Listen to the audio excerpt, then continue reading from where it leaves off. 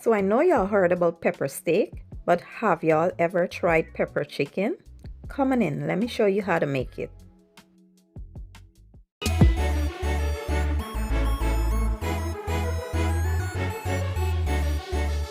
Alright, let's start by marinating our chicken. I will add the seasonings and everything will be listed in the description or the caption. Mix well to combine and set aside to marinate for about 20 minutes.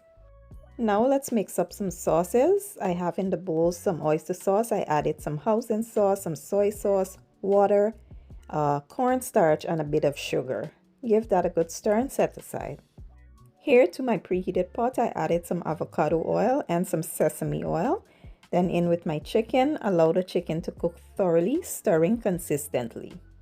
Next, add your aromatics. I'm using onions, bell peppers, and some garlic. If you have ginger, add it in. I just didn't have any. Let that go for about 2 minutes and then come in with your sauce. Give it a good stir, allow the sauce to thicken.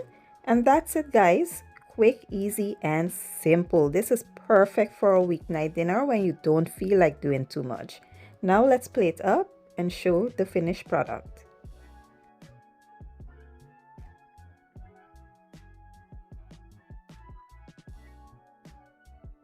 And here you have it, my version of pepper chicken.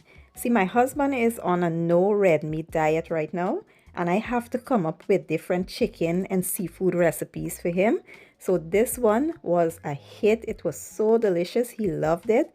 Give the recipe a try. Let me know what you guys think. I will leave all the ingredients and measurements in the description or the caption, and I'll see you guys in my next one.